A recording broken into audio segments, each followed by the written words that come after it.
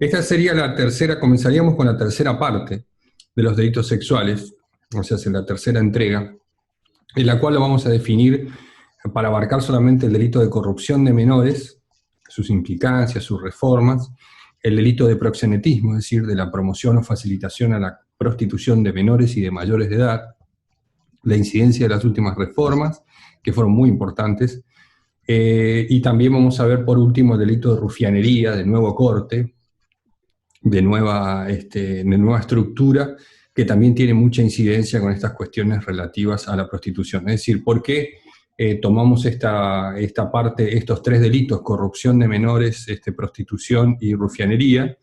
Indudablemente porque participan de elementos comunes, muy comunes. ¿Le puedo pedir a que cancelen los audios, por favor? Aquel que tenga el audio encendido, se lo pido por favor que lo cancelen. Comenzamos con la tercera parte de delitos sexuales, les decía, porque estos delitos que están contenidos en este capítulo, estoy hablando de la corrupción de menores, la prostitución en el delito de proxenetismo o la rufianería, que es el último tipo penal que me gustaría ver hoy, por lo menos por hoy, para terminar en la última clase con lo que tiene que ver con pornografía, espectáculos pornográficos con menores y grooming. Estos tipos penales que vamos a ver hoy, los estructuré para darlos juntos porque participan de muchos elementos comunes a esta situación. Más allá de la crítica o la apreciación que vamos a hacer sobre la cuestión del bien jurídico, si conviene o no mantenerlo dentro del capítulo punitivo, o si es directa y efectivamente inconstitucional, como dicen un grueso de la doctrina nacional, pero participan de elementos comunes, la corrupción de menores, la prostitución y la rufianería. En primer lugar, sobre todo en algunas acciones típicas, la cuestión del proxenetismo y la cuestión de la corrupción de menores, anteriormente, es decir, en los antecedentes legislativos, estaban contenidos en un solo artículo, es decir, el que promovía y facilitaba la corrupción o la prostitución de menores de edad, etcétera, estaba definida de esa manera. Eso implicaba que había una confusión entre los dos delitos. Uno de los avances, de las mejoras que trajo la reforma a la 25087 fue la separación del delito de corrupción de menores del delito de proxenetismo, es decir, de promoción o facilitación en la prostitución de un tercero, sea mayor o menor, dependiendo ahí el caso, será la penalidad que se le aplique. Estos dos tipos penales estaban juntos, por lo tanto participan estos dos tipos penales de las acciones, es decir, las mismas acciones de promover y facilitar coinciden en tanto en el tipo de corrupción de menores. Ustedes sabrán, creo que eso lo aclaré en la clase pasada, la ley 25087 también vino a reformar y a derogar la existencia del viejo delito de corrupción de mayores de edad, que estaba vigente, ahora ya no está más vigente, pero queda en esta figura de corrupción de menores de edad y participa, les decía, de la acción de promover o facilitar con el delito de proxenetismo, es decir, la promoción y facilitación a la prostitución ajena. En eso hay una coincidencia, por lo tanto es conveniente que nosotros los estudiemos juntos en esta pequeña charla que vamos a dar hoy.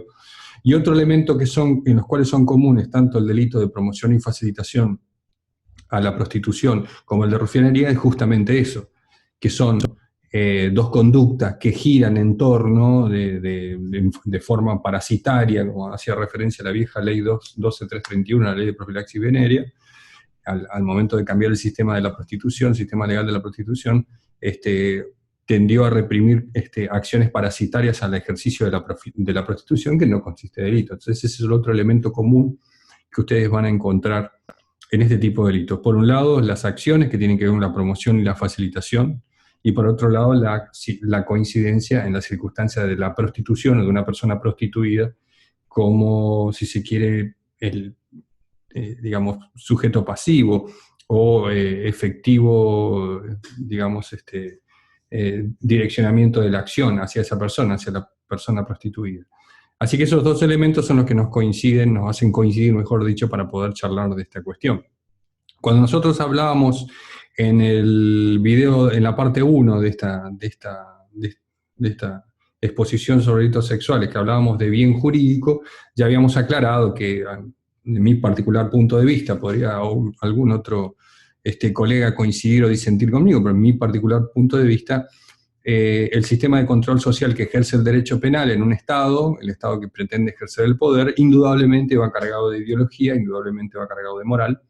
Por lo tanto, el Estado va a intentar, a través de sus mecanismos de control social, como les decía, uno de ellos es el derecho penal, establecer una forma de trato sexual o unos modos sexuales que siempre fueron identificados en la doctrina de jurisprudencia como buenas costumbres, recato social, pudor social, etcétera, y todas esas formas bastante arcaicas de denominación de algún sentimiento moral que se trataba de incluir dentro de un capítulo jurídico de alguna manera. No quiere decir que el derecho no tenga carga morales, pero no podemos transformar en delitos las visiones morales del mundo. Eso es lo que refiere. Entonces, esa carga de moral, de imposición de la moral, de una determinada moral sexual, el Estado, a mi particular punto de vista, mi manera de verlo, hacía a través del derecho penal. Lo vimos, si se quiere, de una manera un poco más velada, edulcorada en la primera parte, cuando vimos los delitos, en la segunda parte sería, cuando vimos los delitos de abuso sexual, lo vimos de una manera mucho más edulcorada. ¿Por qué? Porque hay que reconocerlo, la 25087 mejoró un poco la técnica legislativa de los delitos sexuales argentinos, cambió el nomen iuris del bien jurídico, pasándolo de honestidad a la figura de la integridad sexual, con sus críticas indudablemente certeras y con fundamentos, pero que la integridad sexual indudablemente es un concepto jurídico superador al de honestidad, a la vieja idea de la honestidad ligada a una determinada moral sexual inclinada indudablemente hacia las mujeres. Hacia las mujeres es un derecho penal bastante machista, misógino y patriarcal. Esa moral sexual en la ley 25087 fue, si se quiere, un poco más, tuvo más apertura que la ley que estaba vigente, que el Código Penal anterior. Entonces, en los delitos de abuso sexual, como que nos costaba un poquito más ver eso, digamos, ese intento. Lo habíamos notado un poco en las cuestiones etarias, en las presunciones iure et de iure, que se aplicaban a los menores de 13 años, o en la ausencia de consentimiento que tenía un menor de 16 años, pero mayor de 13, para tener relaciones sexuales con un mayor de edad, cuando a los 13 años ya supuestamente tenía pleno uso de su consentimiento, su posibilidad de voluntad, de su autodeterminación sexual. Nos parecía ahí una forma de establecerle a las personas los momentos en los cuales entendía el legislador, bajo la moral sexual imperante, de establecerle desde cuándo podía comenzar a recorrer su vida sexual, es decir, iniciarse sexualmente a partir de los 13 años, una cuestión que nos parecía de poca argumentación, bastante incómoda, lo que es un derecho penal liberal, y sobre todo resaltando el hecho de que la última reforma, la 25087, había incluido la palabra abuso sexual, por lo tanto un elemento del tipo objetivo que pareciera que el intérprete desapareció o no le presta atención. No sería cambiar la manera de ver ese consentimiento del menor de 13 años y no imponer a las personas el comienzo de su vida sexual a los 13 años de manera taxativa, que no admite prueba en contrario y por obra propia del derecho penal bajo la imposición de una pena. Eso es una cuestión no muy democrática, no muy liberal, no muy progresista, por lo cual ya ahí criticábamos la incidencia del Estado en la moral sexual. Pues bien, en esta nueva etapa que vamos a comenzar, que es la tercera parte de los delitos sexuales, al ver ya cómo estaba conformado el delito de corrupción de menores, vamos a notar nosotros que en toda su estructura, en toda su conformación y sobre todo de la mayoría de las ideas doctrinarias o científicas que nutrieron el concepto de corrupción, todos tienen alguna nota de moralina o de incidencia de una determinada moral sexual, porque indudablemente lo que nosotros estamos analizando aquí es un tipo penal que cuestiona, mejor dicho, si se quiere, reprime determinados modos en la actividad sexual de los seres humanos, o sea, de las personas, los modos, lo que tiene que ver con los modos. En el caso de la prostitución, los autores clásicos hablan de que en el caso de la corrupción, la perversión es en los modos del quehacer sexual, es decir, una perversión en los modos de la conducta sexual, y en el caso de la prostitución, la perversión va en los motivos de la actividad sexual. En uno serían los modos, cómo se realiza el acto sexual.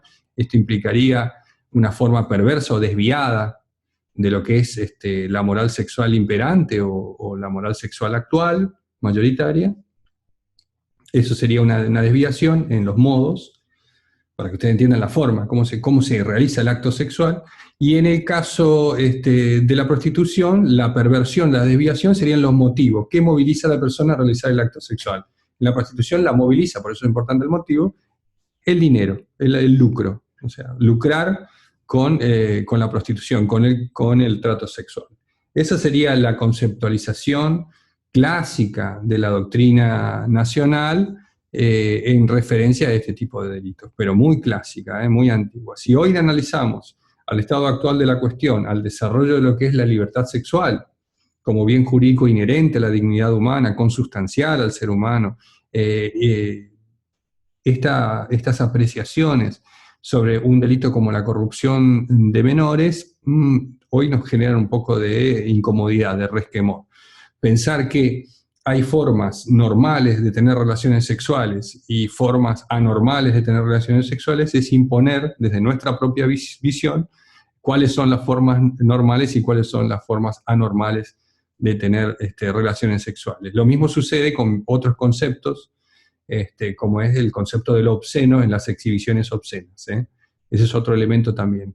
¿Qué es lo obsceno? Y bueno, aquel que tiene el poder para decir que realmente lo es, como dice Vázquez Rossi en su libro, o será tan obsceno como el juez entienda que lo es. Todas estas concepciones que rozan la moral sexual son de una vaguedad o de una imprecisión conceptual muy profunda. Es decir, cuando nosotros hablamos que promover y facilitar la corrupción del menor, ese concepto corrupción es un concepto absolutamente vacío de contenido y argumento. No nos dice nada la corrupción. Tendremos que dejar en manos de la discrecionalidad del juez o de la discrecionalidad de cualquier otro intérprete, si se quiere los científicos o si se quiere la jurisprudencia, deberán interpretar cuándo se produce un desvío en el normal o en el normal desarrollo de la sexualidad del menor, en este caso, pues ha quedado vigente sobre la corrupción del menor. Y ese normal desarrollo sexual del menor está impuesto por alguien. Alguien dice que es lo normal y alguien dice que esto no es normal. Entonces lo que estamos hablando en el trasfondo es de una circunstancia de poder. O sea, alguien tiene el poder para establecer en la sociedad cuáles son los tratos normales sexuales y para imponer también cuáles son los tratos sexuales anormales.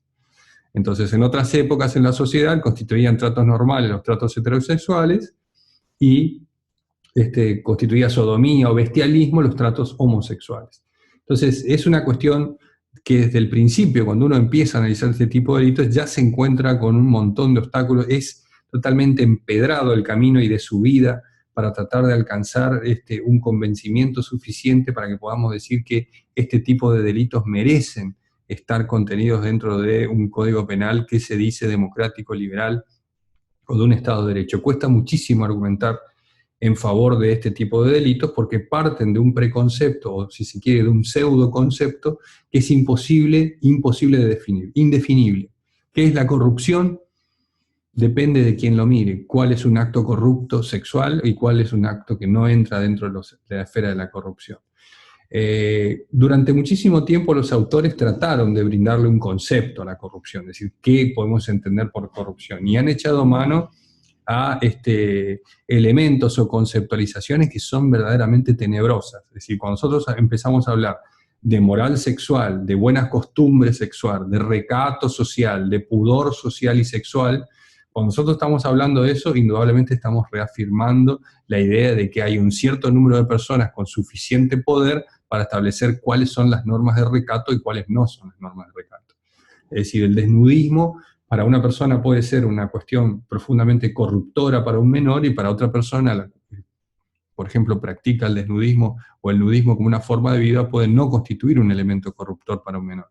Y ahí se generan los grandes problemas de inseguridad jurídica que tienen este tipo de delitos, del cual participan las exhibiciones obscenas, que es otra forma también que la doctrina discute muchísimo si debe permanecer o no en el capítulo punitivo, si debe mantenerse como delito, si debe seguir siendo un delito. Las exhibiciones obscenas y mucho más la figura de corrupción de menores. Otra circunstancia que genera o que provoca de carácter negativa, profundamente negativa, la figura de la corrupción de menores, la van a encontrar ustedes en el artículo 125 del Código Penal, si quieren pueden consultar el Código Penal. El artículo 125, el otro gran problema que provoca la corrupción de menores es en referencia a la circunstancia de la prueba en el proceso penal. Es decir, una corrupción de menores en el proceso penal juega siempre el papel de una figura comodín, es decir, una figura comodín. Ahora les voy a explicar por qué. Es una figura que puede el juzgador sacar y jugar, una carta que puede sacar y jugar el juzgador a la hora de no poder probar otros delitos sexuales más graves. Termina siendo la corrupción de menores en los procesos penales la figura residual por la cual los jueces terminan condenando una altísima pena, porque tienen una pena que va, digamos, de 3 a 10 años, eso no es una pena menor, terminan condenando al imputado por corrupción de menores.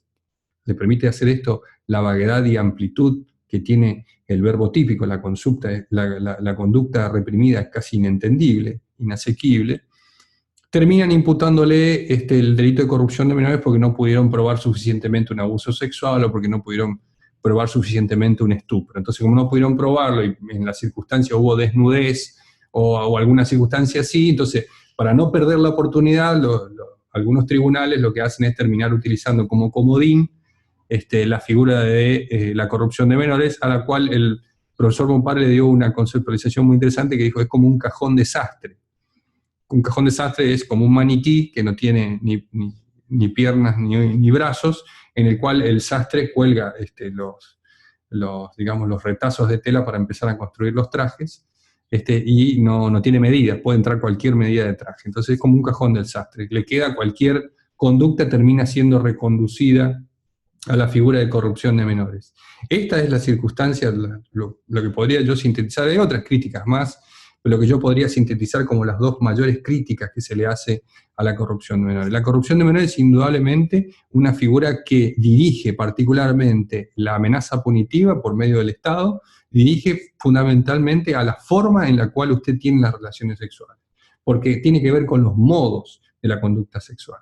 Determinar cuándo una conducta sexual se ha salido de los cánones que establecen cuáles son los modos correctos de la correcta salud sexual, como decían los autores clásicos, cosa que a mí no me gusta. A mí no me gusta asimilar este tipo de conductas a las cuales yo creo que deben procederse y su inmediata derogación del Código Penal, asimilarle o tratar de conceptualizarlas de alguna manera, porque si no terminan por analogía entrando en la interpretación de alguna figura parecida, ¿no? Puede ser que la intención del legislador haya sido, al momento de sancionar un delito que no reúne los elementos mínimos para hacer un delito de carácter constitucional, puede ser que el autor de la ley haya pensado en la protección de la correcta evolución o desarrollo de la salud sexual del menor, indudablemente lo haya sido así, pero parece contradictorio con las normas del artículo 119 que permiten la libertad sexual de las personas, que ya es criticable a partir de los 13 años. Es decir, que un menor de 17 años debe tener una conducta sexual que le establece el legislador a través de una norma penal, para que se entienda simplemente. No puede ejercer libremente su sexualidad, que ya se le había otorgado al legislador en el 119 a los 13 años, es decir, bastante contradictorio. Es como si fuera que el bien jurídico el legislador lo fuera entregando de a pedacitos, de a retazos, de a piezas. Le entrega una libertad sexual limitada cuando cumple los 13 años a que no tenga su primera vez, por decirlo así, su iniciación sexual, deje de ser inmaduro sexual con un mayor de edad, siempre que sea con una persona de más o menos de su edad, no haya mucha diferencia, el Estado le entrega una parte de la libertad sexual para que la goce. Después de que cumple los 16 años, bueno, tiene le entregan otra parte de la libertad sexual para tenerla, pero ya supeditado a que la actividad sexual que realice no la realice, tanto antes como después de los 16 años, no la realice fuera de los modos normales que tiendan a su salud sexual, si eso pudiera establecerse en una norma. Entonces ahí se le entrega otra forma de libertad sexual hasta que cumpla los 18 años y en teoría tendríamos todas las piezas de eso que se denomina libertad sexual, en teoría, por lo menos para poder disfrutarla. De esta manera el legislador se transforma en un padre. Ese es el concepto de derecho penal paternalista que le dice a los ciudadanos cómo deben comportarse sexualmente. Entonces, resumiendo, me parece que dos son las críticas más importantes a este delito de corrupción de menores. Uno hace referencia a la vaguedad o imprecisión del concepto que hace que este tipo penal, digamos, el ciudadano no pueda conocer cuál es la conducta reprimida y termine sufriendo la imposición de una moral sexual que el Estado entiende que es la moral sexual normal, o cómo debe usted relacionarse sexualmente, primer problema. Y segundo problema es un problema en el proceso penal, una cuestión práctica, que es que la corrupción de menores termina siendo, en los juicios penales y en las sentencias, ese cajón desastre, esa figura comodín con los cuales los jueces, al no poder probar una conducta de abuso sexual, pero que el hecho haya estado fuera de sus cánones ideales de normalidad sexual, ya tienen la figura presta para utilizarla, que es la de la corrupción de menores, que con la vaguedad o imprecisión de su verbo típico, sin entenderse o sin tener una acabada explicación en qué consiste el concepto de corrupción, pueden aplicarla sin ningún problema. Una desnudez será una corrupción. La exhibición de determinadas imágenes pueden ser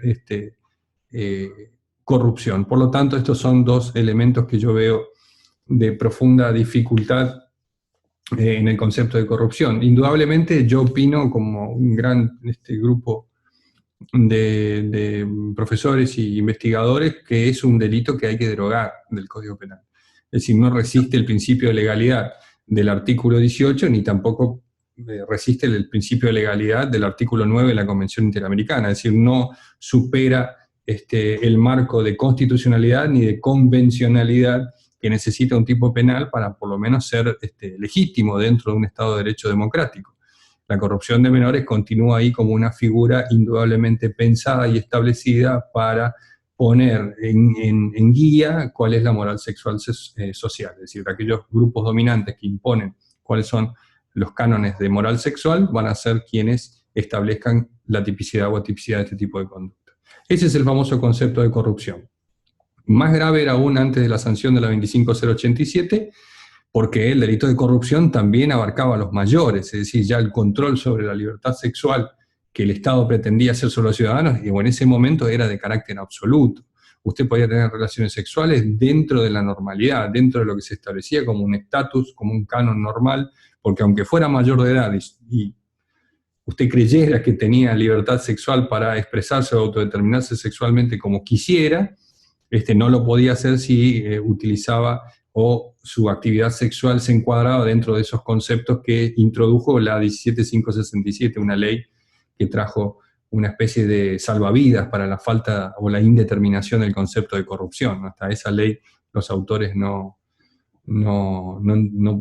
se peleaban para tratar de conceptualizar la corrupción. La ley 17567, que es un proyecto de Código Penal de facto, redactado por Sebastián Soler, trajo los elementos que posteriormente conformaron el supuesto concepto de corrupción que ahora vamos a ver. Pero esos son las dos grandes críticas que se le pueden hacer al concepto de corrupción, y la pregunta que se hacen algunos autores es ¿qué sucede si el concepto de corrupción desaparece? Y pues yo creo que no pasaría nada. Yo creo que las conductas sexuales están correctamente contenidas en los demás tipos penales que hacen a la protección del desarrollo y la salud sexual de los menores, porque lo que interesa aquí es la corrupción de menores. Les contaba que la ley 17567, que es un proyecto, es un proyecto del profesor Soler, viene a ser como un código penal, ¿no?, para la época de facto, de la dictadura. En ese momento, años 50-60, para que ustedes entiendan, ahí traía el concepto de corrupción y lo conceptualizaba como que consistía en una corrupción. Corromper proviene de corruptus, ¿no?, de la etimología griega. No me gusta mucho hablar de la etimología griega porque me parece un poco pretencioso, pero corromper es lo que se perturba, lo que se degrada, ¿sí? Cuando se le altera peyorativamente las estructuras. Corromper es eso, es decir, es degradar las circunstancias. Bueno, cuando los actos sexuales, cuando son corruptores, esa ley 17567 traía una conceptualización de actos corruptores que afectaban el normal desarrollo de la vida sexual o de la sexualidad del menor en este caso. Y en esa ley, la 17567, después la doctrina adoptó esta idea y la mantuvo hasta el día de hoy. Si ustedes leen autores contemporáneos, van a ver que siguen tratando, a pesar de que critican la constitucionalidad del artículo, siguen, que está bien, ¿no?, siguen utilizando esta forma, si se quiere, para tratar de entender la naturaleza jurídica de un concepto que tiene mucha más carga de moral o de moralina que lo que puede tener carga jurídica. Es decir, el concepto de corrupción es un concepto con, digamos, casi 100% de moral en sangre, para que se entienda de alguna manera más gráfica. Es un concepto moral, lo que a usted le parece que es corruptor o no, lo que puede afectar en un niño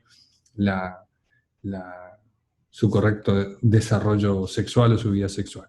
Y esos tres conceptos que traía la ley 17567 son estos conceptos. ¿Cuándo podemos decir nosotros que un acto realizado por una persona va a tender, porque esto es un delito de pura actividad, es un delito de peligro, a afectar el normal desarrollo sexual del menor? Bueno, ese acto va a ser corruptor cuando ese acto tenga que ver con una cuestión de tiempo, prematura, una cuestión de modo, que es cuando es perverso, y una cuestión de cantidad cuando es excesivo. Esos tres elementos se han utilizado en la doctrina para tratar de idear qué quiere decir corrupción, cuando un acto se configura corruptor, digamos, ¿no? En este caso, indudablemente tiene que tener una connotación sexual, pero la connotación sexual también va a quedar sometida al contexto o digamos, al juicio de valor de las personas que tengan poder para decirlo. Es decir, por Doctor, ejemplo, sí, ¿podría dar un ejemplo cuándo se podría dar esto? pero ya Por lo voy a ejemplo, dar, no se preocupe, ya le voy a dar los ejemplos. Yo ya le voy a dar los ejemplos, le voy a explicar específicamente cuáles fueron los casos en los cuales se ha entendido como un acto corruptor y termina no siéndolo. Los actos son prematuros, perversos o excesivos. Esos actos, entiende la doctrina que cuando digamos, se manifiestan de esta manera, en una cuestión de libertad, afectando la libertad sexual del menor, es decir, no es exactamente la libertad sexual, sino lo que afectaría acá sería el normal desarrollo de la salud sexual. Por eso hay autores que entienden que el bien jurídico protegido aquí es la salud sexual, o la sexualidad, digamos, ¿no? No tanto la libertad sexual. Yo no estoy de acuerdo con eso, me parece que igual, primero que habría que derogarlo, y si no fuera derogado como está vigente en esa doctrina, me parece que afecta indudablemente la libertad sexual, que afecta al menor que no puede autodeterminarse en su sexualidad, sino que ve interrumpida esa autodeterminación por las acciones del sujeto corruptor que lo desvían, digamos, de lo que hubiera sido naturalmente su desarrollo sexual. Si podríamos explicarlo de alguna manera. Un acto es prematuro cuando es una cuestión de tiempo, anticipadamente. Cualquier acto sexual, y aquí otra vez abrimos la discusión para cualquier ejemplo que ustedes quieran pensar, porque puede dar para cualquier ejemplo. Un acto es prematuro cuando se realiza, es decir, cuando se pone en contacto con situaciones sexuales al menor que no era momento, no era tiempo para que las tuviera. Así, cuando el conocimiento del menor sobre una determinada situación sexual se da de manera anticipada o prematura. En ese caso, los actos prematuros quedan a criterio del juzgador. Cuando un acto es prematuro de contenido sexual, es algo que queda a criterio del juzgador y del intérprete. No se puede saber. Los actos son excesivos cuando, una cuestión de cantidad, cuando exceden el normal número, otra vez estoy utilizando, de contactos o acciones sexuales de esa misma índole. Es decir, es una forma muy difícil de conceptualizar esto, porque ¿cuánto serían la cantidad de veces que un acto sexual debe realizarse para quedar en el límite entre lo que es corruptor o lo que no es corruptor? Es una cuestión que queda otra vez a la apreciación del intérprete y del juez, es una cuestión casi inasequible, no se puede establecer en un criterio objetivo, por lo tanto es muy peligroso el tipo penal, porque cualquier juez conservador puede entender que más de una o de dos repeticiones de un acto podría ser un acto corruptor. Y perverso tiene que ver con los modos, y cuando es excesivamente lujurioso o tendiente a la satisfacción sexual. Estoy citando autores clásicos, no es lo que yo pienso. Yo ni siquiera utilizaría estos tres elementos para conceptualizar la corrupción, porque me parece que es un término que es indefinible, pero estoy utilizando los términos que suenan incluso antiguos y retrógrados cuando los escucho, pero son los términos que utilizan los autores clásicos cuando la circunstancia es perversa, excesivamente lujuriosa, excesivamente excitante o incitante al sexo. Yo no entiendo, sinceramente, si uno va a tener una relación sexual siendo menor porque empieza a tener deseos sexuales, si la relación sexual no va a ser encaminada directamente a incitar la sexualidad o a incitar la libido o a elevar las pasiones sexuales, digamos. De eso se tratan las relaciones sexuales, creo yo, me parece, o por lo menos es lo que uno entiende. Por lo tanto, ese concepto de perversidad que le incluye la ley es un concepto que a mí me parece terriblemente amplio, disperso, poco conceptualizable, por lo tanto muy peligroso para que esto constituya una imputación penal. ¿Cuándo es prematuro? Bueno, ahí las circunstancias también son un poco, digamos, tenebrosas, porque se confunde cuándo sería prematuro. Después de los 13 años, el acto sexual, entendemos, siempre que no se abuse de la persona, es un acto sexual libre. Por lo tanto, hasta los 18 años parecería ser que lo prematuro tendría que ver con, lo digo con términos poco académicos, parecería ser que el menor no debería apurarse en conocer su realidad sexual, o por lo menos en vivir su vida sexual, no debería apurarse, porque todo llega, todo viene a su tiempo, por decirlo de alguna manera, lo que incluso me causa un poco de gracia. Es decir, es como si el derecho penal nos dijera, entre otras palabras, mire, cuando usted conoce a alguien, no se vaya muy pronto a la cama, espere un tiempo, conózcase bien, qué sé yo, preséntese a los padres, una cosa que sí que puede causar gracia, pero para que el acto sexual no constituya un acto corruptor de un menor. Si da la casualidad en que una pareja, uno es mayor y el otro es menor, para que su pareja no lo induzca a la corrupción de menores, esto realmente no es así, ahora lo vamos a explicar, pero parecería ser que la ley dice no lo haga de manera muy pronta. Y excesivo, una cuestión de cantidad también, si no tengan tantos contactos sexuales o acciones sexuales, sino que como si faltara que la ley nos estableciera tasadamente cuántas veces necesitaría un acto para constituir excesivo. Esto es una explicación que, a pesar que en años anteriores ha generado una profunda y seria discusión doctrinaria, al estado actual de la cuestión, o sea, al momento actual de la sociedad, y uno realmente le da preocupación porque es un tipo penal que está vigente y que todavía se utiliza para condenar a la gente y mandarla a prisión.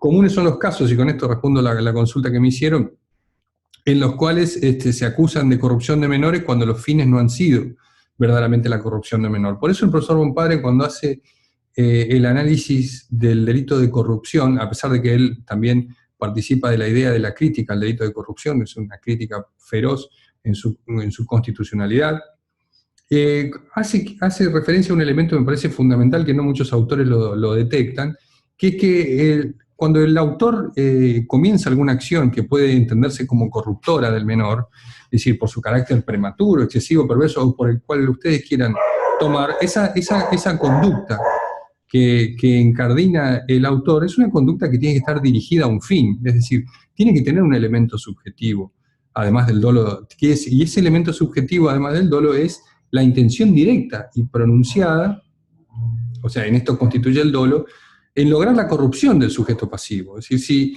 si la acción del sujeto tiene un contenido sexual o un contenido erótico de cualquier índole, pero el autor con su accionar no tenía por finalidad lograr la corrupción del menor, y no estaríamos dentro de la figura típica. Sin embargo, esa circunstancia de analizar cuál fue verdaderamente la intención del sujeto activo, muy pocas veces en los tribunales se ve y muy pocas veces ha sido analizada por la doctrina.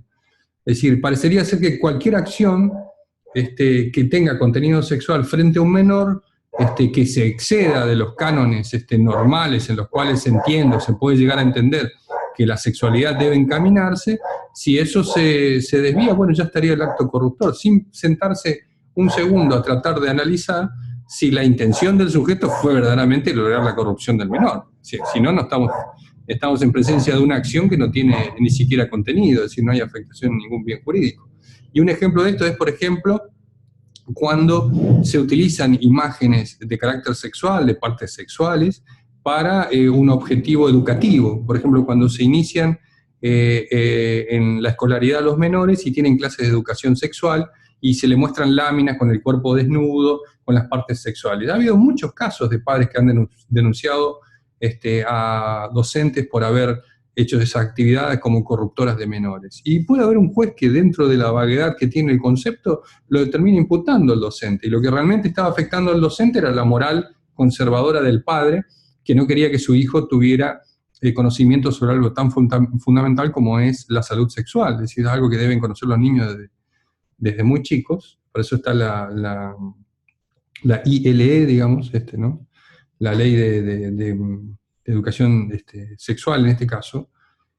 Esa circunstancia como política de Estado es fundamental, porque el conocimiento del menor sobre las circunstancias sexuales, dada de manera correcta y con efectos educativos, es uno de los elementos fundamentales para impedir los abusos sexuales de menores.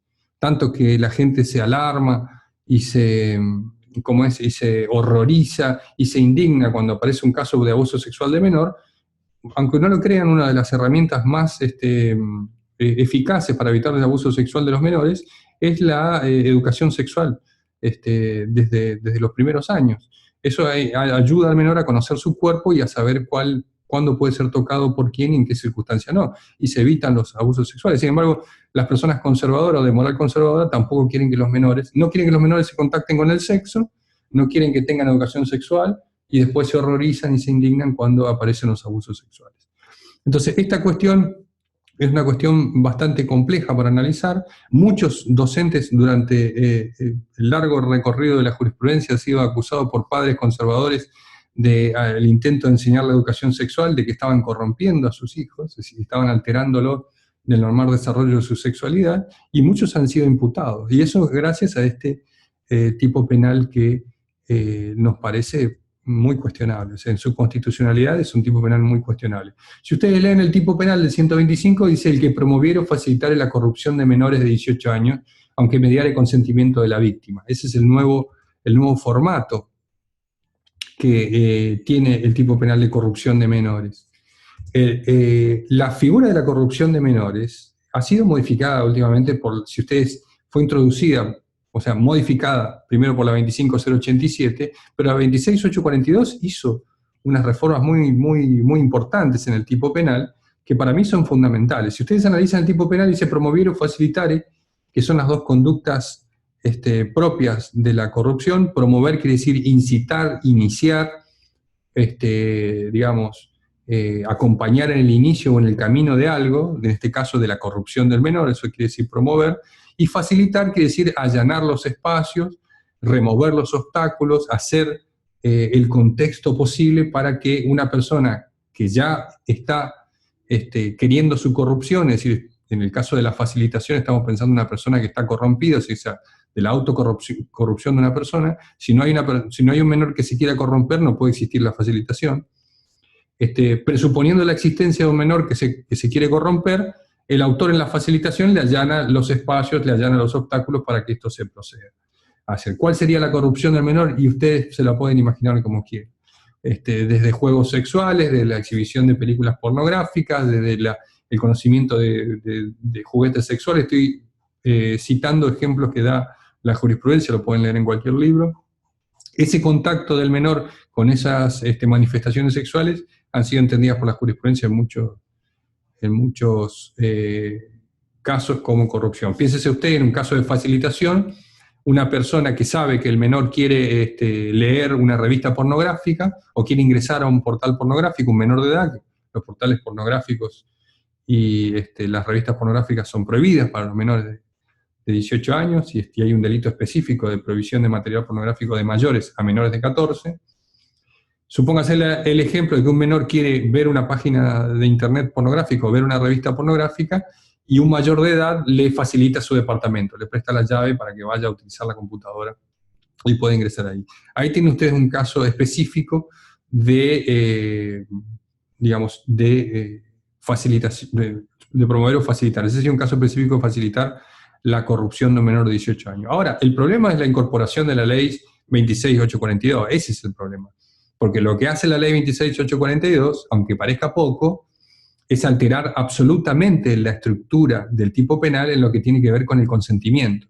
¿Por qué digo esto? Porque a pesar de que la introducción de la ley habla de eliminar absolutamente el consentimiento, las figuras que exigía la norma para este caso, que son figuras coactivas, amenaza, fraude, violencia, engaño, han pasado a configurar figuras de agravantes en otros tipos penales.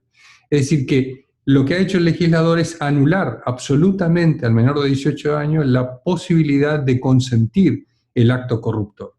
Es decir, entiende el legislador palabras más, palabras menos, que existe una discapacidad en el menor hasta los 18 años para poder ejercer su absoluta libertad sexual, a pesar que en el artículo 119 habíamos entendido que a partir de los 13 años se podía uno ejercer la libertad sexual a como dé lugar, así como le plazca. Esa circunstancia que nosotros creíamos, probablemente en un exceso de optimismo, pensábamos que después de los 13 años podíamos tener libertad sexual. Bueno, el legislador en el artículo 125, con la reforma de la 26842, nos deja en claro de que el consentimiento del menor, así tenga 17 años, para un acto que se entienda como prematuro, como es perverso o excesivo, para eso no tiene consentimiento. Sí tiene consentimiento para una relación sexual, fíjense. Tiene consentimiento suficiente para una relación sexual a partir de los 13 años, pero no podría entrar un menor a ver una página pornográfica facilitado por un mayor, porque estaría afectando su normal desarrollo sexual. Sin embargo, después de los 14 puede recibir material pornográfico de un mayor. Para que ustedes entiendan, la ley es absolutamente incoherente, incompatible y a veces, como en este caso, profundamente inconstitucional. Y esto genera muchos problemas en los efectos prácticos de la aplicación de la norma. Bueno, nosotros lo estudiamos aquí en la comodidad de nuestros hogares y analizamos y decimos, uy, qué macana, pucha, che, no puede ser que el tipo penal sea tan inconstitucional, pero estos tipos penales están vigentes y siguen configurando imputaciones en sentencias judiciales que imponen a las personas muchos años de prisión por una acción que supuestamente a alguien le pareció de carácter sexual, que afecta a la sexualidad del menor, en este caso el desarrollo sexual del menor, la salud sexual, y que es prematuro, excesivo y perverso. Con que un juez diga eso, porque tiene la capacidad para decirlo, ya puede configurar el delito de corrupción. Y el consentimiento del menor, que supuestamente lo había obtenido a los 13 años en virtud o bajo el amparo del artículo 119, ese consentimiento el legislador se lo vuelve a quitar al incluir esto en un giro idiomático muy gracioso, que lo repite después el legislador muchas veces y profundamente contradictorio desde el punto de vista semántico y lingüístico, que es el consentimiento de la víctima. O sea, la víctima, si uno es víctima, no presta el consentimiento. Nadie presta el consentimiento para ser víctima. Es decir, yo no puedo consentir que me roben. Porque una persona me dice, ¿me puedo llevar tu celular? Sí, llévatelo. Yo no puedo decir, bueno, soy víctima de robo, porque si el celular se lo di yo. Entonces se entiende, es una explicación y no quiero caer en explicaciones muy técnicas, pero una persona que es víctima justamente porque la acción que la transformó en víctima no fue consentida por ella. Porque si la persona consintió la acción, no sería víctima. Sería en este caso una persona que libremente dispuso de su cuestión. Entonces estas incorporaciones del legislador nos demuestran que a como dé lugar, lo que quiere hacer el legislador es controlar la moral sexual de la población. Aquí queda evidente esta cuestión que nosotros planteamos hace tiempo, en los primeros videos que hicimos. Es claro que la moral sexual es lo más importante para el legislador. Entonces, lo que trata de hacer es quitar el consentimiento.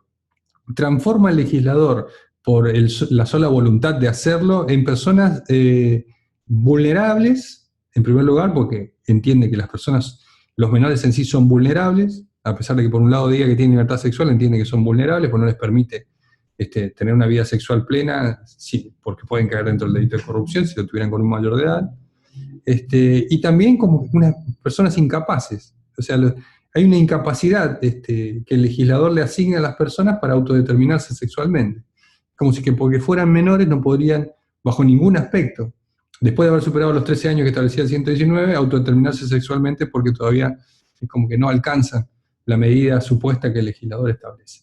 Y otra cuestión que hace el legislador, que es muy, muy interesante, pues se ven en los otros tipos penales, es que pareciera que el legislador, en su afán de ultraproteccionismo del bien jurídico, ha encontrado la manera más eficaz de proteger el bien jurídico de las personas, que es negándoselo. Es decir, la forma que tiene el legislador para evitar que nos afecte la libertad sexual es negando ese derecho. No hay mejor forma de que nadie nos afecte la libertad sexual si no la tenemos. Entonces el legislador lo que hace es suprimir nuestro consentimiento, las personas menores de edad, etcétera. Lo van a ver después en la promoción y facilitación de la prostitución de mayores de edad, también niega el consentimiento de la persona que se prostituye. Es decir, yo mayor de edad me quiero prostituir y quiero que una persona me ayude, colabore, me consiga los clientes, me dé el lugar donde prostituirme.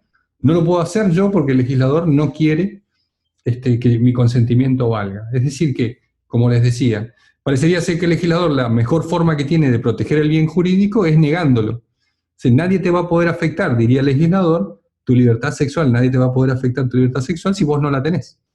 Esa es la mejor forma, hacer desaparecer el bien jurídico para que nadie la pueda afectar. Entonces, la libre determinación de las personas, la libertad de las personas, que es el fin último que debe preservar el derecho penal, está totalmente ausente, porque en el caso de los menores no tienen posibilidad de consentir los actos corruptores que el sujeto activo, en este caso, pudiera tener. Otra discusión que se ha dado, lo van a encontrar ustedes en los libros, es si es un delito de peligro concreto o un delito de peligro abstracto. O sea, los delitos de peligro concreto, tendríamos que hacer una clase específica para analizar los delitos de peligro concreto y de peligro abstracto, porque ustedes saben que hay delitos de resultado material, aquellos que afectan directamente, de manera sensible, comprobable por los sentidos, el bien jurídico, es decir, el homicidio, el bien jurídico vida se suprime porque la persona está muerta. Y hay delitos de peligro, que se dividen en delitos de peligro abstracto y delitos de peligro concreto. Esto es la definición de la doctrina mayoritaria, es la opinión dominante en estos aspectos. La discusión es si esto es un delito de peligro abstracto o si es un delito de peligro concreto. ¿Por qué esta discusión? O sea, no es una discusión gratuita ni graciosa, porque esto va a incidir indudablemente en el proceso penal, porque un delito de peligro abstracto, o como yo los llamo particularmente, delitos de conducta peligrosa, no existe ningún peligro en el delito de peligro abstracto. No es correcto llamarlos delitos de peligro, porque no hay peligro. Lo que sucede es que el legislador ha establecido, porque tiene el poder para establecerlo, que determinadas conductas son peligrosas, per se. No importa si en la realidad de los hechos la conducta generó algún peligro, lo que importa es que se realice la conducta, porque el legislador entiende que es peligroso. Si nosotros pensáramos ese tipo de delito, va a tener una consecuencia en el proceso penal. Va a tener la consecuencia de que el profesor que esté enseñando con una lámina y sea imputado por corrupción, el profesor que tenga la intención de enseñar a los alumnos, no va a poder ir al juicio penal a decir que su conducta tenía otra intención, no la de corromper, porque como es un delito de peligro abstracto, no hay posibilidad de prueba. La presunción es de iure en los delitos de peligro abstracto. En cambio, o delitos de conducta peligrosa, delito de peligro abstracto. En cambio, si nosotros pensamos que es un delito de peligro concreto, las consecuencias en el proceso penal van a ser distintas, porque el imputado por lo menos va a tener la posibilidad de probar, decir, mire, usted puede ver acá en mi planilla de mis actividades, yo ya había puesto que iba a enseñar educación sexual, míreme, yo consulté estos libros de los autores más reconocidos de educación y pedagogía sexual, donde dicen que estas láminas son habilitadas, entonces el sujeto activo puede ir al juicio a probar y decir, mire, yo no soy una persona que quiere corromper a los menores, sino que quiero educar. Y ahí falta la intención, el dolo. Es decir, la intención del sujeto, como dice el profesor Bonpadre, no debe ser otra que la corrupción de la víctima. Esa intención y no otra. Entonces, es muy importante que nosotros tomemos una posición, si entendemos que esto es un delito de peligro concreto o un delito de peligro abstracto. Para mí es un delito de peligro concreto. Y lo digo por una cuestión práctica, lo digo para que las personas les sea, digamos, para que este delito no sea tan inconstitucional, por decirlo de alguna manera, y que permita, aunque sea que en el proceso penal, el sujeto pueda probar que no tenía ninguna conducta corruptora. La mayoría de los tribunales entienden que es un delito de peligro abstracto. No requiere, ¿qué quiere decir esto? No requiere que se haya puesto en peligro el normal desarrollo de la sexualidad del menor, no existe. Pero la conducta, para que haya tenido la intención de corromper, tiene que haber puesto en peligro. O sea, es una conducta que tiene que haber entrado dentro del cuadrante de peligro de protección de la norma. Porque si no, la conducta no tiene ningún sentido. En primer lugar, porque genera estos problemas en el juicio penal. O sea, el problema en el juicio penal va a ser terrible para el sujeto imputado de corrupción. No va a tener otra salida más que ir a escuchar la imputación y para ir a escuchar la sentencia, porque nada va a poder decir. Eso por un lado. Y si fuera un delito de peligro concreto, me parece más interesante a la hora de la defensa. Y por otro lado, la jurisprudencia, que entiende que es un delito de peligro abstracto, que no requiere prueba, sin embargo, en los procesos penales, manda siempre a que el menor sea analizado por un psicólogo, se le haga un informe psicológico para ver cuál fue la afectación de su salud sexual. Si hace eso el tribunal, está diciendo que necesita comprobar si la acción afectó el normal desarrollo sexual del menor. Y si necesita comprobar, el delito no puede ser de peligro abstracto. Eso es así. Bueno, en general, yo entiendo que es un delito de peligro concreto, y algún sector de la doctrina ya está entendiendo esto. Hay otro sector que no, pero hay un sector de la doctrina que está entendiendo esto. La convivencia de la constitucionalidad de la figura, yo más o menos ya lo hablé hace un rato y lo tengo que repetir. Me parece que no es conveniente que esta figura constituya delito, que siga manteniéndose como figura en el Código Penal. Me parece que es indudablemente una figura inconstitucional, inconvencional, y que su derogación no va a afectar en nada, no va a generar una laguna de desprotección de los derechos de la libertad sexual de los menores. Me parece que, sobre todo con la reforma que hizo la 25087 y las leyes posteriores en los delitos relativos a la pornografía, que era casi siempre con lo que se asociaba a la corrupción, es decir, la mayoría de los actos de corrupción eran a través de acciones de carácter psíquica, la exhibición de libros, películas, y eso constituían hechos de corrupción comúnmente en la jurisprudencia. Recuerden que la corrupción no es una acción material sobre la víctima, sino de carácter psicológica, es a través de consejos, insinuaciones, palabras, no son actos materiales, pueden incluirlos, pero no, por lo general no son actos materiales. Casi siempre la pornografía, la exhibición de pornografía a los menores o la participación de menores en pornografía constituían casi siempre la figura de corrupción cuando no existía un delito más grave, digamos, como el abuso sexual. Entonces, estas circunstancias eran indudablemente importantes. Con la reforma, con la ampliación del tipo penal de pornografía infantil, que vamos a ver el próximo video, no en esta clase, sino en la próxima, con la ampliación de ese tipo penal y lo abarcativo que son las conductas contenidas ahí a partir de los protocolos internacionales, la derogación del delito de corrupción no va a dejar ninguna laguna, ningún vacío legal en este aspecto.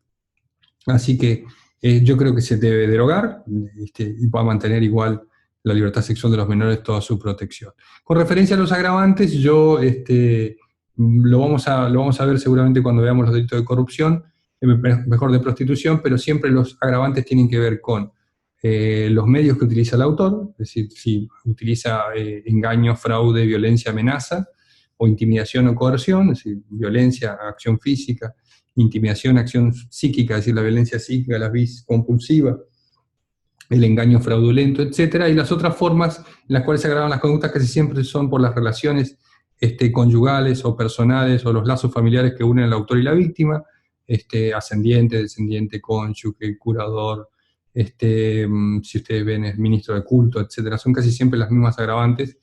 Y después se agrava si fuera un funcionario público, eso es muy común en las figuras. Cuando terminemos el capítulo vamos a explicar bien a las agravantes. Ahora me interesa más avanzar en lo que tiene que ver con la prostitución. Las figuras, es decir, las acciones de la promoción y facilitación a la corrupción de menores son exactamente las mismas que en el caso de la prostitución. Y esto se explica, como les decía, que antes de la reforma la prostitución y la promoción y facilitación a la prostitución o a la corrupción de menores estaban contenidos en un mismo artículo. Ahora esto se separó correctamente y se ha dejado, sobre todo en el 125 bis, el que promoviera y facilitar la prostitución de una persona, es decir, la promoción y facilitación de la prostitución de los mayores, en el 125 bis. Y en el 126 están los casos agravados de esta figura, ¿no? Ya la prostitución, la promoción y facilitación de la prostitución de menores quedó como una de las agravantes más importantes que está en el último párrafo del 126. Acá estamos hablando del 125 bis. Promoción, ya saben que es iniciar, la promoción puede consistir en la iniciación de la persona en la prostitución, de la mantención de la persona en esa circunstancia, también de la corrupción, ¿no? Recuerden que la corrupción es un concepto que admite, según la doctrina, grados, o sea, se puede corromper a una persona que ya está corrupta, se puede profundizar la corrupción, se puede promover la corrupción, se puede promover que es iniciar o incitar que una persona comience en el ejercicio de la prostitución, también constituye promoción que la persona se mantenga en el ejercicio de la prostitución, y también constituye promoción el intento del sujeto activo de que la persona no abandone ese estado, también constituye promoción. Y la facilitación es promover, remover los obstáculos, generar el espacio propicio, el contexto adecuado para que se ejerza la prostitución. Pero el elemento central de este tipo penal, con estas conductas que nosotros ya las explicamos para el tipo penal anterior, es la prostitución. La prostitución es una actividad que en nuestro derecho no está tipificada como delito. Es decir, el ejercicio de la prostitución no es un delito en nuestro Código Penal. Y esto ha sido así durante mucho tiempo. En la historia de Argentina es casi siempre la prostitución no ha constituido delito, no como en otros países. Ustedes saben que hay estados en Norteamérica en los cuales la prostitución constituye delito, o sea, ellos están incluidos dentro de unos sistemas que vamos a ver ahora, que es el sistema, en este caso, prohibicionista. La prostitución no ha sido delito. ¿En qué consiste la prostitución? Es muy interesante analizar esto porque si la corrupción de menores era una perversión, dicen los autores, esto lo pongo entre comillas, si la corrupción de menores era una perversión en los modos del trato sexual, la prostitución es una perversión en los motivos del trato sexual. Ya no es cómo la persona tiene su trato sexual, sino por qué, motivado en qué. En este caso, el ánimo de lucro, el precio, es decir, la conducta venal de entrega sexual. Venal quiere decir por precio. Este concepto de prostitución que yo traigo acá es un concepto clásico, bastante clásico, en los cuales algunas de las palabras que están contenidas en este concepto a mí ya no me gustan. El trato sexual indeterminado, me gusta a mí el concepto, o sea, el trato sexual indeterminado, habitual y por precio, en este caso está promiscuo. Promiscuo quiere decir con número indeterminado de personas, pero la palabra promiscua es una palabra muy cercana a lo que se entendía antes como moral sexual o como honestidad. La promiscuidad es tributaria de esas conceptualizaciones, está cercana en el lenguaje a esas formas de hablar de la honestidad, hablar del pudor público, como es del recato y de todas esas formas antiguas de moral sexual que todavía el derecho penal quiere imponernos. Entonces, este trato sexual promiscuo, habitual y por precio es el concepto clásico, digamos, el concepto que ustedes van a encontrar en cualquier lado. Trato sexual promiscuo, habitual y por precio. A esto yo lo único que le cambiaría sería, en vez de promiscuo, le pondría indeterminado, que es una forma, si se quiere, menos discriminatoria de hablar, ¿no? Porque la actividad de la prostitución siempre ha sido una actividad muy discriminada, ha sido una actividad marginal, a pesar de que ha generado en el mundo hoy, a través de la trata de personas para prostitución, ganancias extraordinarias. La prostitución es un negocio lucrativo, ha tenido una consecuencia durante muchísimo tiempo en la Argentina, cuando veamos el delito de trata de personas que estaba incluido aquí, es decir, la promoción y facilitación de la entrada y salida de personas para ejercer la prostitución era un delito que estaba contenido aquí, era la vieja trata de personas del Código Penal, que fue reconducida después del caso Marita Verón a los delitos contra la libertad con la estructura propia del Protocolo de Palermo, que es la que tiene que tener, que está hoy en día, que vamos a ver después cuando veamos los delitos contra la libertad en el título quinto.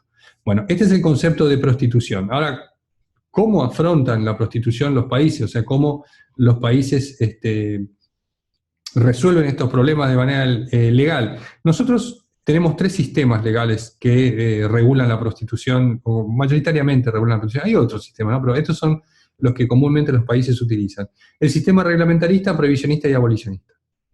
¿Está? El sistema reglamentarista es un sistema que nosotros teníamos hasta la sanción de la ley 12331, que es la ley de profilaxis venérea. Hasta ese momento nosotros teníamos un sistema reglamentarista que es lo que se denomina el sistema latino, o sistema francés, en el cual la prostitución, dicen los autores, es un mal necesario. Yo no sé verdaderamente si la prostitución es un mal. Hay otros males en la sociedad más terribles que la prostitución, y siempre terminamos discriminando y marginalizando a las personas que ejercen la prostitución, a pesar de que hoy en día han tenido un reconocimiento de derechos, se han asociado, tienen sindicatos, y son un ala importante del feminismo, así que me parece interesante. ¿Ustedes escuchan ahí una alarma acá al lado? Me parece que está sonando una alarma. Me dan un segundito, no se descuelguen, ya ven.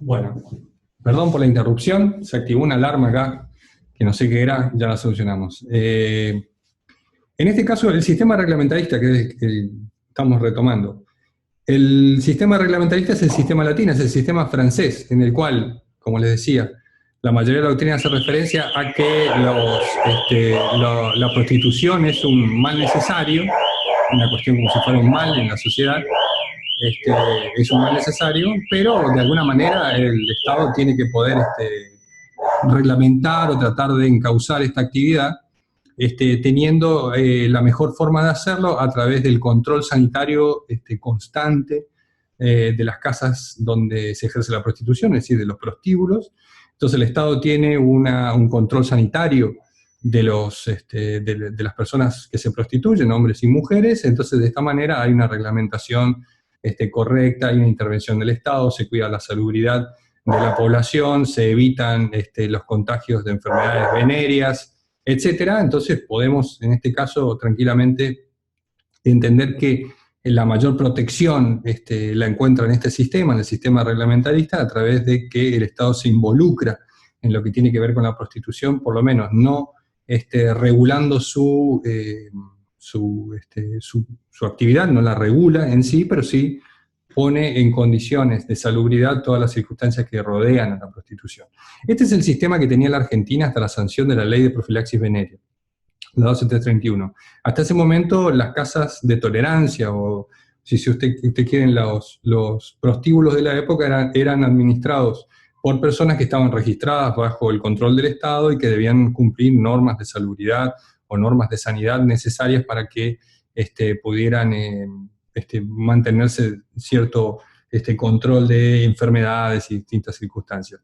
Con la sanción de la ley 12331, el sistema que cambia absolutamente, porque se entendía cuál era la explicación de los legisladores del momento. Lo que decían en el momento era que cuando el Estado verdaderamente cuidaba la salubridad de los lugares donde se ejercía la profesión, lo que estaba haciendo era incentivando esa actividad, ¿no? Ahí ya empezó a jugar de una manera importante lo que era la moral pública, se está incentivando esa actividad que es una actividad promiscua, marginal, y a la vez, al existir, esto lo dicen específicamente los antecedentes, al existir un control público y estatal de los prostíbulos, eso generaba que los clientes, quienes consumían prostitución, no tuvieran ningún cuidado en la protección de su salud, por lo tanto generaba una disminución en la defensa de las personas y a la vez eso no tenía ninguna incidencia en el control o no de las enfermedades. Esto quería decir que el Estado debía controlar la salubridad, que no lo hacía de buena manera, y eso como el cliente estaba tranquilo que el Estado lo hacía, el cliente no se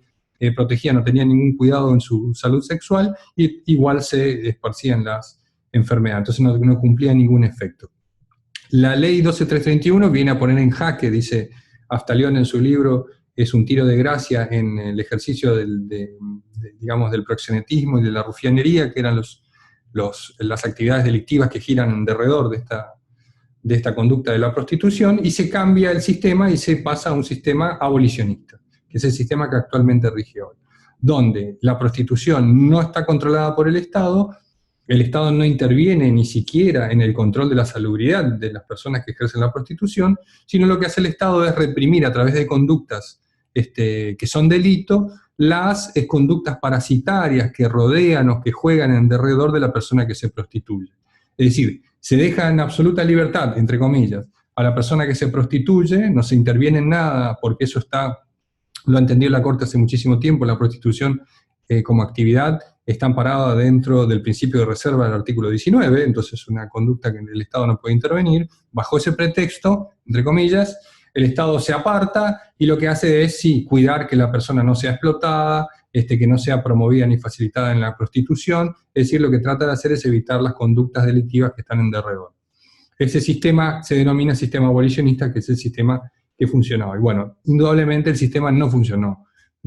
Aquel anterior sistema reglamentarista del cual todo el mundo se quejaba, probablemente no funcionaba de manera correcta, pero definitivamente no funcionó, porque afloraron las figuras de proxenetismo y lenocinio, el lenón, digamos, el proxeneta y el rufián, afloró la instauración de prostíbulos, y sobre todo se generó una figura tan importante que ha tenido tanto auge en nuestro derecho últimamente, que ha sido la trata de personas para comercio sexual, tuvo un gran auge a partir de la sanción de esta ley y ha generado los problemas que sabemos que tenemos hoy en día.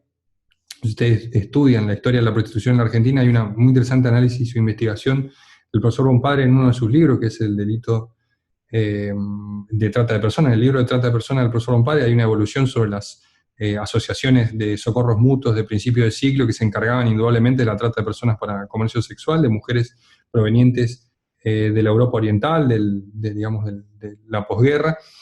Eso generó un caldo de cultivo terrible, y con esta sanción de esta ley, que fue en 1936, esto indudablemente se acrecentó. El sistema abolicionista es el sistema que tenemos actualmente.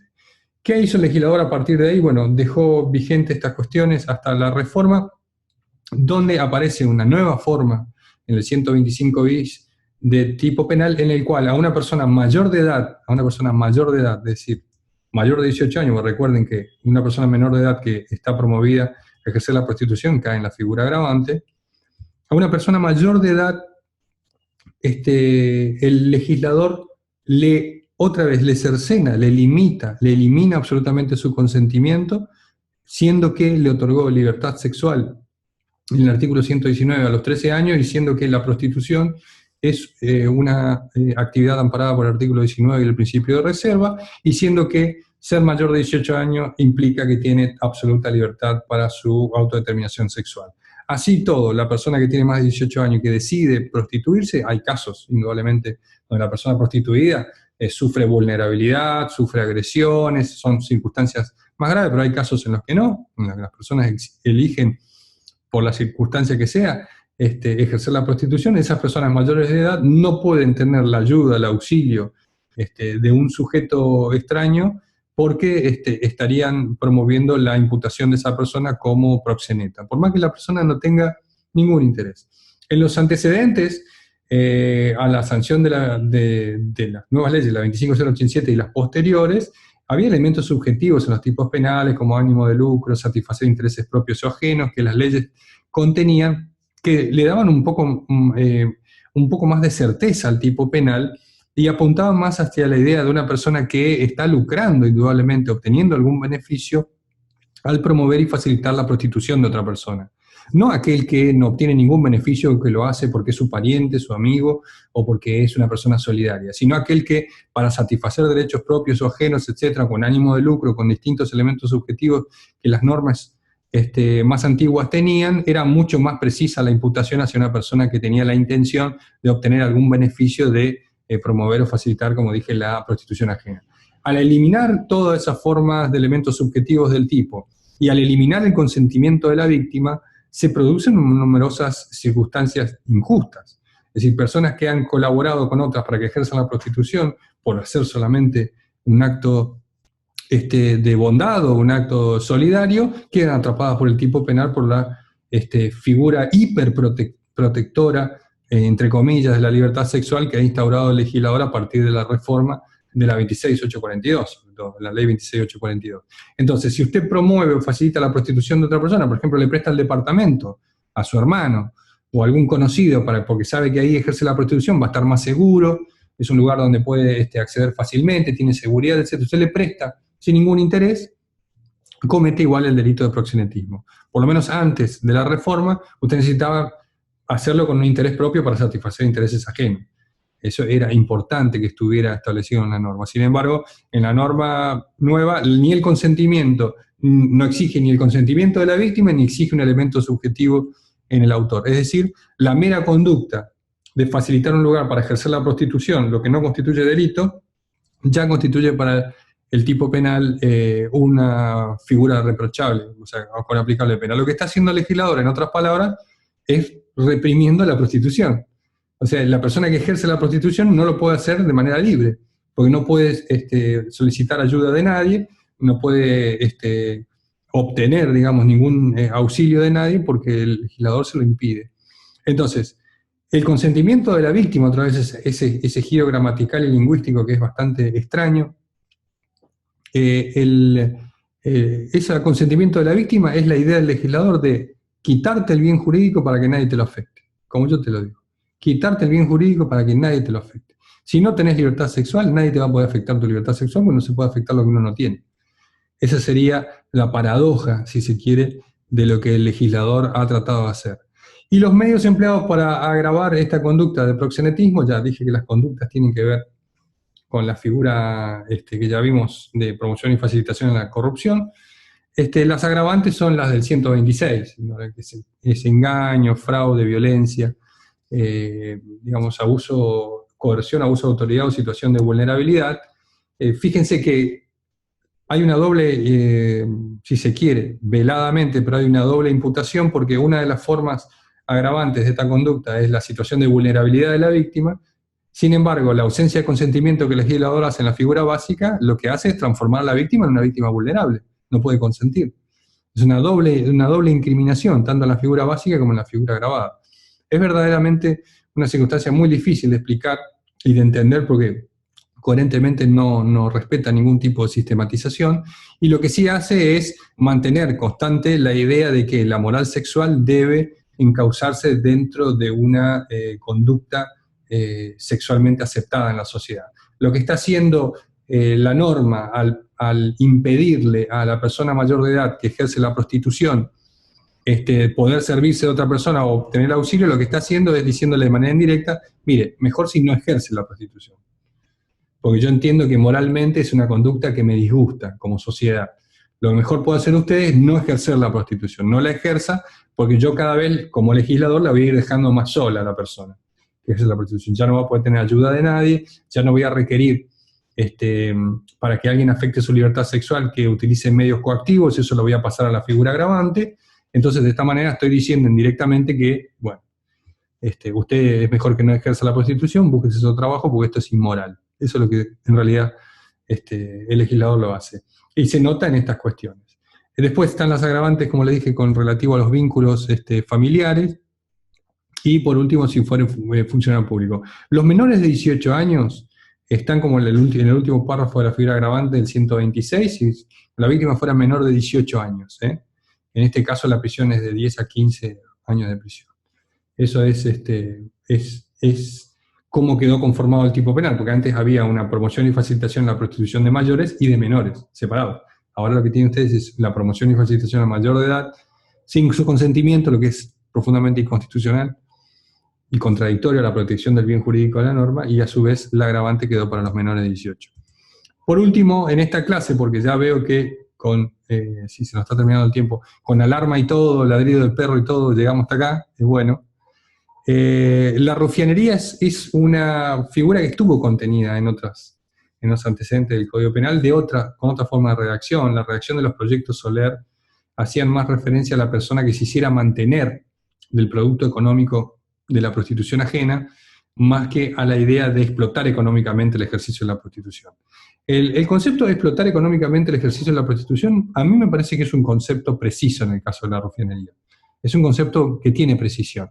El problema es que otra vez el legislador ha hecho el esfuerzo inacabable de tratar de eliminar en absoluto el bien jurídico que dice proteger, eliminando el consentimiento de la víctima mayor de edad, porque lo mismo sucede en el caso de la rufianería. La explotación económica de la persona mayor de edad están en el primer párrafo y después las agravantes, que son las mismas que el 126, están en lo que sigue del artículo. Lo que hace es eliminar el consentimiento de la víctima.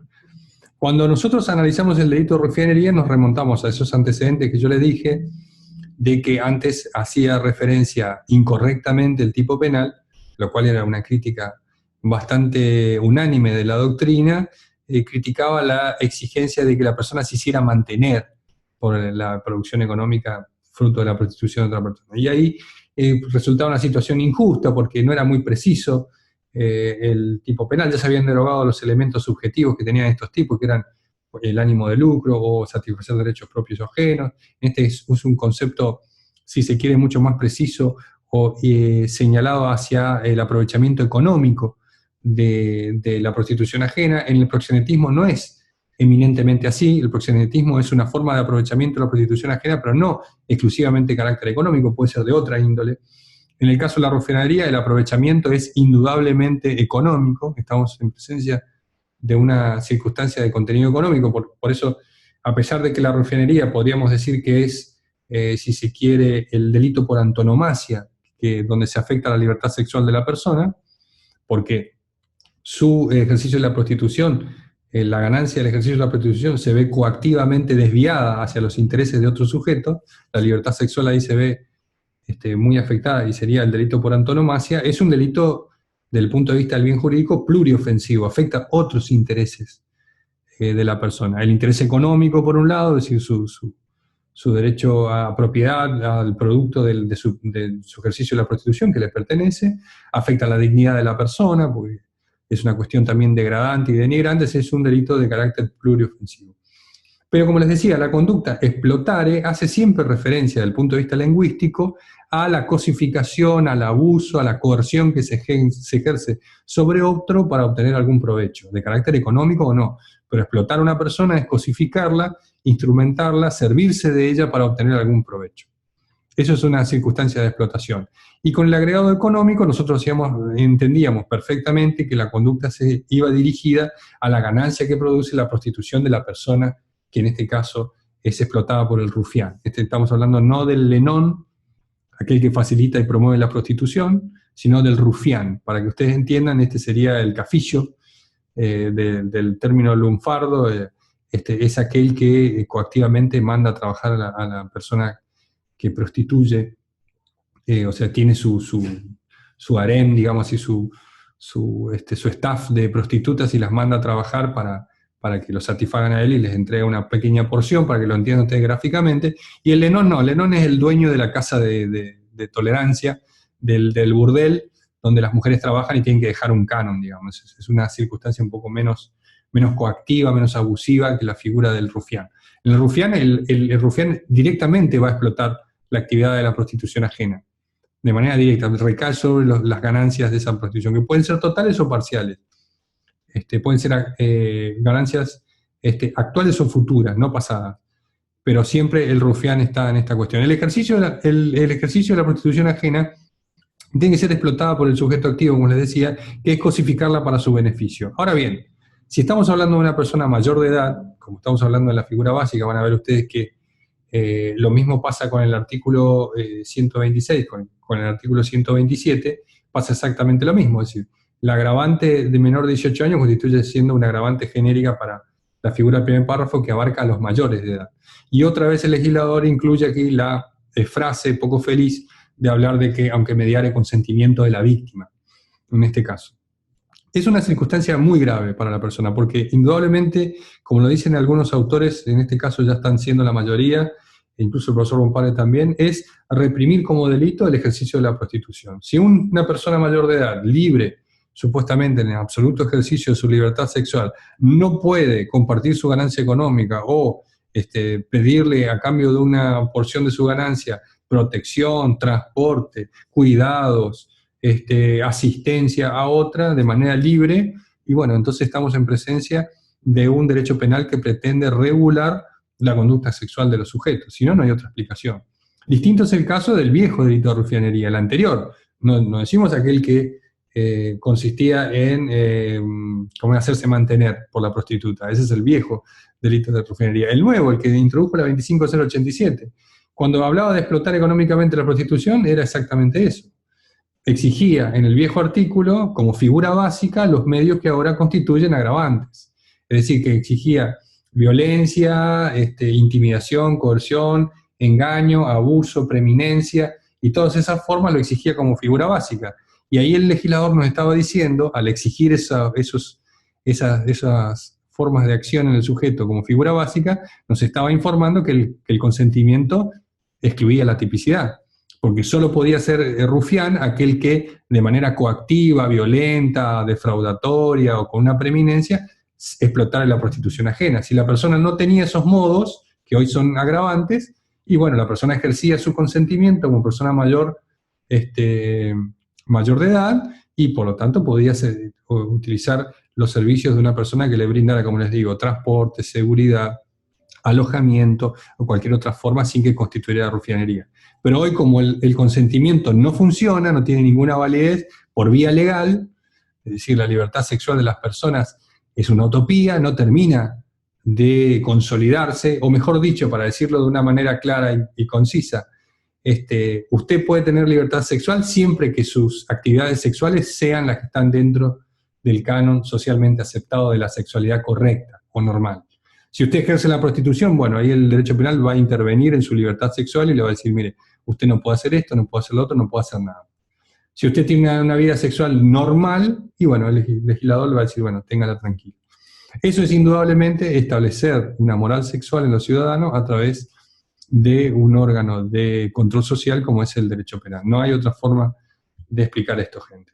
Así que bueno, consiste este delito en la explotación económicamente del ejercicio de la prostitución, aunque la persona preste su consentimiento. El consentimiento es un elemento clave y fundamental en los delitos sexuales, porque estamos hablando de libertad. No hay bien más disponible que la libertad. La libertad es de los bienes personales, de los derechos personalísimos que constituyen bienes jurídicos, es de los bienes con más disponibilidad. Con más disponibilidad. Por lo tanto, eso está totalmente cercenado por el solo hecho y la única circunstancia de que para la moral sexual el ejercicio de la prostitución sigue siendo hoy en día una conducta deplorable, mancillable, repudiable, y las personas que la ejercen son personas de segundo, marginadas.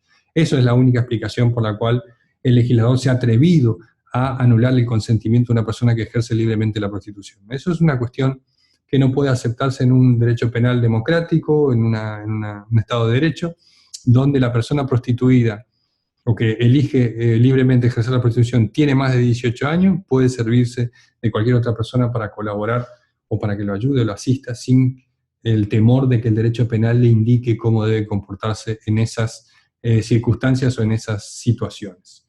Bueno, bien, gente, hasta acá llegamos con estas cuestiones. Después no se preocupen que el próximo video vamos a refrescar otra vez estas cuestiones. Perdón por las interrupciones de alarmas, perros y circunstancias que puedan pasar, pero esta cuestión de cuarentena y de pandemia nos hace vivir este tipo de estas circunstancias de que tengo que es como mi hija, ¿no? Mi perra, que anda por ahí ladrando y haciendo vida de perro, que es una excelente vida.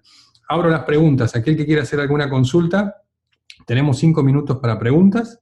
Si no quieren hacer consultas, no hay problema, porque la próxima clase, cuando veamos y terminemos los delitos sexuales, hablando ya de pornografía, también vamos a refrescar esto. Antes que nada, les quiero aclarar algo. Esto es importantísimo lo que les voy a hacer. El mensaje lo voy a dejar igual en el canal de Telegram. El jueves no vamos a tener clase. ¿Por qué? Porque a partir de mañana, el jueves y el viernes, está el Seminario Internacional de Derecho Penal Profundizado. Saben ustedes que lo organiza hace 7 años el profesor Bonpadre, y hay autores de todo el mundo que van a disertar por vía online. Así que están todos invitados a sumarse al Congreso. Es una muy buena actividad para hacer en casa. Van a poder ver muchos autores conocidos y de mucho renombre en lo que es la ciencia penal. Hay gente está Miguelito Polain Orts, por ejemplo, que a mí me parece que es uno de los penalistas jóvenes con más brillantes que tuve la suerte de conocer. Hay otros profesores muy interesantes, tanto argentinos como extranjeros. Así que ya saben, mañana creo que comienza, si no me equivoco, a las 2 de la tarde las transmisiones, con la apertura que hace el profesor Bonpadre. Yo ahora en el Telegram voy a dejar el flyer que me pasó Sergio Romero, es decir, donde dice todo el programa del curso. Voy a dejar ahí. Así que yo ya los invito para que se suscriban. Creo que sale 400 pesos todo el curso. No es mucha plata. Hoy en día está complicado el tema económico, yo ya lo sé, pero no es privativo. El valor de la actividad es una actividad muy interesante, muy buena. Bueno, ¿preguntas? Doctor. Raquel, diga. Con respecto en los lugares, con respecto a la corrupción. Sí. En los lugares donde hay menos recursos, por ejemplo, casos, por ejemplo, como hombres vecinos que salían a su patio, sacaban sus miembros, se masturbaban delante de menores de edad. ¿Eso sería corrupción? El problema es que la corrupción puede ser lo que usted quiera que sea. Lo que usted quiera. Si le parece que la figura de la masturbación en público ha sido siempre reconducida a otro tipo penal bastante cuestionable, que es el delito de exhibiciones obscenas. Bueno, que tiene una figura grabada, déjeme terminar, tiene una figura grabada cuando se realiza delante de menores de edad.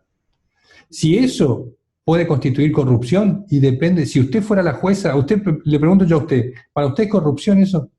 Usted me va a decir seguro que sí. No está, no está equivocada, ¿eh? Sino que si usted fuera jueza, ese elemento podría constituir corrupción, porque el tipo penal de corrupción es tan abierto e indeterminado que habilita que cualquier opinión pueda constituirse en un elemento del tipo. Si otra persona dijera no, no es corrupción, no sería corrupción. Ese es el problema. Sí, yo diría que es corrupción y aparte Perfecto. son. Y con respecto después al otro tema de promiscuidad. Sí, promiscuidad. Usted está hablando de elementos prematuros. La prostitución. Ah, la prostitución, el trato promiscuo, sí, dígame. En ese caso, la promiscuidad, cuando no es que, o sea, se entiende que la promiscuidad es porque está con varios hombres, tiene relaciones con varios hombres. A eso pueden ser mujeres también, hay prostitutos hombres. Sí, pueden ser mujeres también. Pueden ser mujeres también. Lo que quiere decir la promiscuidad es que es indeterminado, es decir, que aquel que solicita el servicio sexual lo obtiene por un precio. Bueno, pero ¿Me entiende?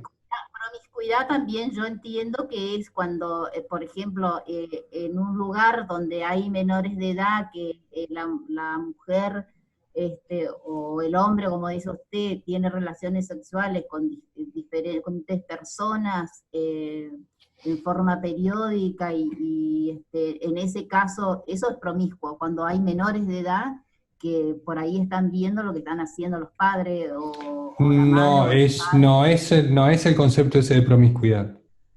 No, la promiscuidad hace referencia a la indeterminación en el carácter sexual. Es decir, es una forma de conceptualizar la moral sexual. Una persona es promiscua cuando tiene relaciones sexuales indeterminadamente, con muchas personas. Eso es una persona promiscua. Lo que usted dice podría tener otra conceptualización, pero no le cabería la conceptualización de promiscuo. El trato promiscuo es el trato indeterminado sexual. Cualquier persona que viene a solicitar los servicios sexuales de la persona que se prostituye, los va a obtener. Es promiscuo. Si la persona selecciona con quién tener relaciones sexuales, o sea, tiene 2, 3 compañeros sexuales a los cuales recibe dinero, ya no estaríamos en presencia de prostitución, porque el trato no es promiscuo. Es por dinero, ¿entiende? Pero no es con personas indeterminadas, sino que se determinan cuáles son las personas. Tiene, supongamos, 4 compañeros sexuales. Esos 4 compañeros sexuales con los que habitualmente tiene relaciones sexuales no lo transforman en prostitución la acción. Lo mismo sucede si una persona tiene relaciones sexuales con una persona y esa persona le da dinero, o le hace regalos, o le da objetos.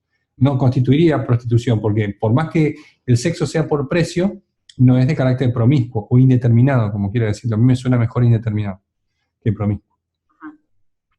¿Está? Bueno, ¿alguna otra pregunta? ¿No hay por qué? ¿Alguna otra pregunta? ¿Preguntas? Bueno, si no hay más preguntas, nos vemos en la próxima clase. Recuerden, mañana el Congreso Internacional. Mañana, el jueves y el viernes. El martes que viene nos volvemos a ver. Ahora en el Telegram yo voy a subir... Sí, el video va a YouTube y después va al Telegram, eso es seguro. Pero yo voy a subir el flyer del Congreso de mañana que tienen que anotarse, porque va a estar bueno. ¿Está? Nos vemos gente. Chao, chao.